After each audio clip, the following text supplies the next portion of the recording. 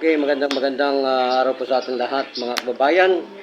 Buhat po dito sa ating pinalalagyan po at sa silid ng pambalitan ng ating napakabantog na programa, Kalusugan, Sakip Kapwa, Medico Missionary Philippines. At kasama po natin ang ating pong lingkod bayan.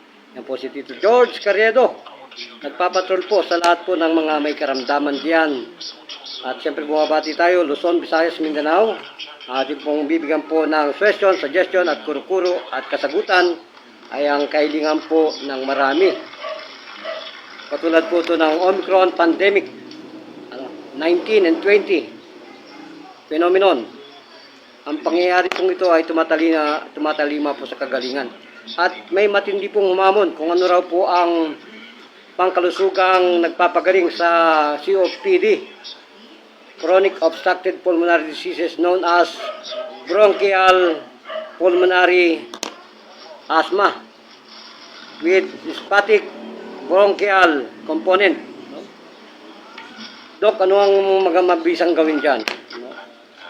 Mga kababayan, ang gamot po sa ating kapanatagan ng ating pong mga karamdaman, partikular sa ating pong mga ganitong sticky phlegm, siyempre, yung ibig po sabihin ng bronchial narrowing of the tube, cartilage, ay nasasakop po yan sa respiratory internal organ. Kasama po dyan ang first line of defense ng ating pong mantra, ito pong tracheal tube, cartilage, yung pong pag nagpatay ka ng lieg ng manok, esophagus, nandiyan po yung mga ring cartilage. Yan po yung nababalutan ng napakakapal na mga phlegm.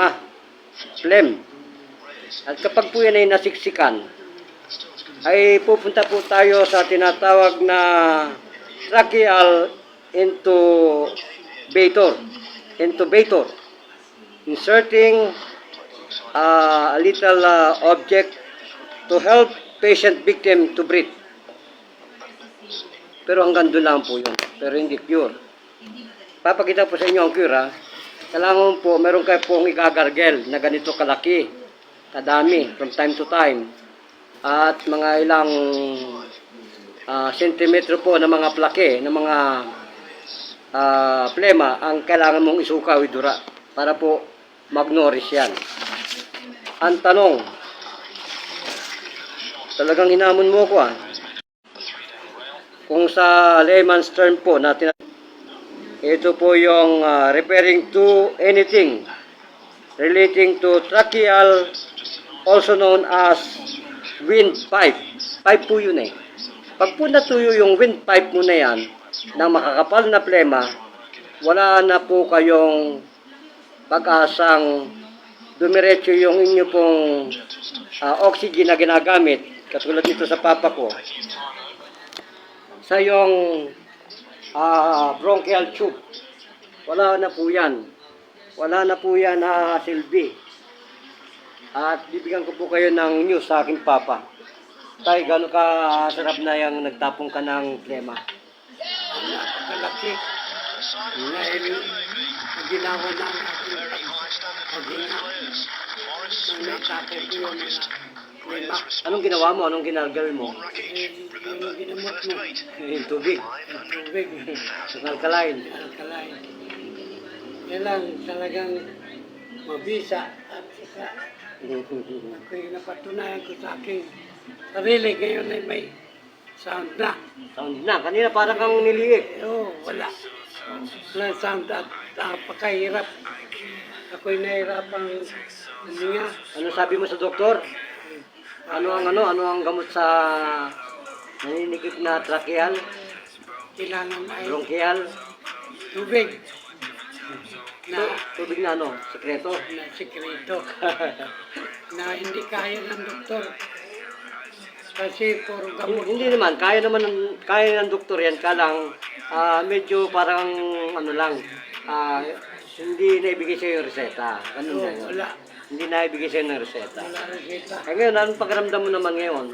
Ay ngayon eh, parang tahimik na. Yung voice box mo kasi, Mr. Jesus Senior, napuno na yung pipe mo eh, napuno na ng bacteria na phlegma. Ayun, nakatabon. Kaya mawawalan ka ng boses.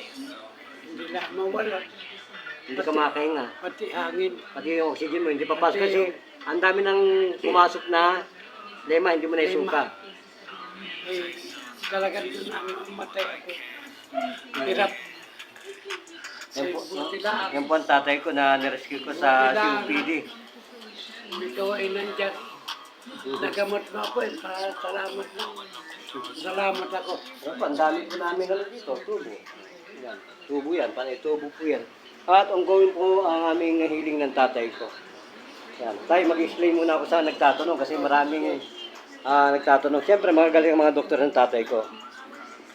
Isa pa rin po yan, nagpapasalamat tayo dahil ang tatay ko ay mayroong mga doktor na magagaling. No? So, ano pang katalungan daw po ng mga nababanggit, no? Ano raw po ang wind pipe? Ang wind pipe po, mga kaibigan, yan po yung tubular, no? Tube. Connecting the larynx, no? To bronchial.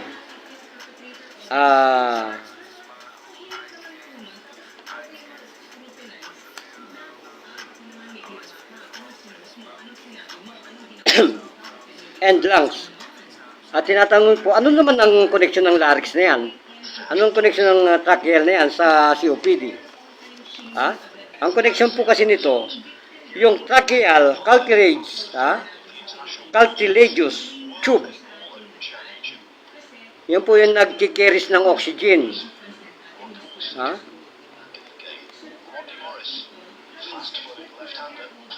And throat. And to the lungs. Connected po yan.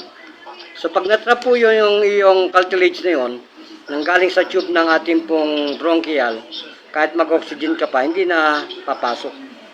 So kailangan po, first line of defense, kailangan po mag-open yung trachea up to the cartilage ring, and it will help to open up our airway. Ay, ano ba ang ibig sabihin ng bronchial, narrowing? Eh, siyempre, kumikipot. Nandun yung mga plema. So, ano pang katanungan ninyo? Ha? So, maraming nagtatanong po kung ano raw po ang mga mucus na yan. Kasi po yung cartilage natin na yan, yan po yung nagtatrap ng mga debris. Ha?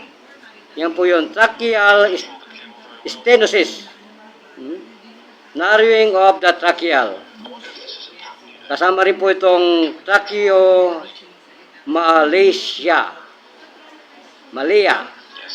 Yan po yung pagiging weak ng ating pong cartilage in the tracheal. In the trachea. Yan po yung nag-weak, no?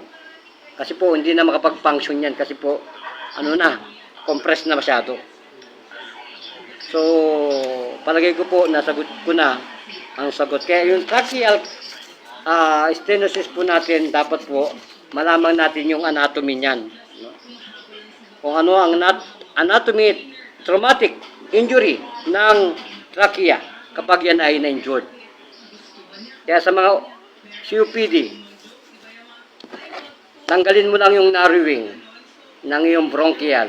Kasi papasok yun papasok yung aming power ng aming nutritional vitamin na alkaline, pagpasok po niyan, na parang ganito. Ganito lang po. Wala naman mineral water to. Wala to. Sinasampul ko lamang po yun. Wala po akong pinipresenta dito na product sapagkat po yan ay isang leverage. Hindi pinapakilala sa buong mundo ang ganitong programa. Sasabihin na naman ng idol ko, counterfeit. Ay bakit? Kahit counterfeit yan, lisensyado yan Hindi mo pwede akong i-charge na illegal. Bakit ko may charge mo ako ng illegal? For the sake of the good recovery of the patient, I have to pursue my education, my discovery of my master. One of my master is the late diplomat physician, Mr. Fernando Vicente, diplomat physician, graduated from Manila Far East University, majoring general physician. Patay na po yun. Isa kong kaibigan. May isa pa akong kaibigan na doktor, ganun din physician. Kaya po sa nagtatanong kung paano po gagaling ang mga pasyenteng may COPD, Tandaan po natin yung ring of fire dito po sa abdomen. Nandyan po ang kiss of death.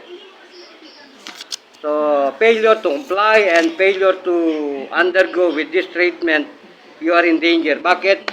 Yung lahat po ng mga plema na nanggagaling po sa ating baga, yan po ilalabas at mag-i-stack up yan po sa tracheal.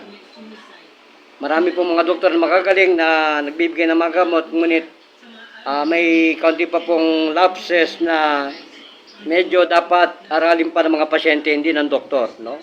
Kailangan po ang doktor natin, yung sarili natin. May mga sekreto po kasi ang pharmaceutical chemist. Hindi po sinasabi yan sa buong mundo. At is where is. Kaya po pag mayroon pong kayong question, pumunta po kayo sa YouTube, channel na yung lingkod, Jesus Ugayre. Nandiyan po yung laban namin ng pandemic. Nandiyan po ang kagalingan ng pandemic. Hindi ka makakain, hindi ka makahinga, hindi ka makakalakad, etc. Masakit, may pulmonary ka, nandiyan po na ang aming hamon sa buong mundo. Wala pong hindi sumaludo sa Diyos. Kahit po ang dami mong kaalaman, kung hindi naman yan gagabayan ng isang supreme being, the true master is Him, our Lord, Allah, Jesus Christ, our Pan, Buddha. So, one God, one nation. So, Philippines, wala na po siguro naman akong ibibigay na pasubalit at gusto ko pong magpasalamat ang aking tatay sa discovery po na to, expedition. Tay, pasalamat ka na sa programa.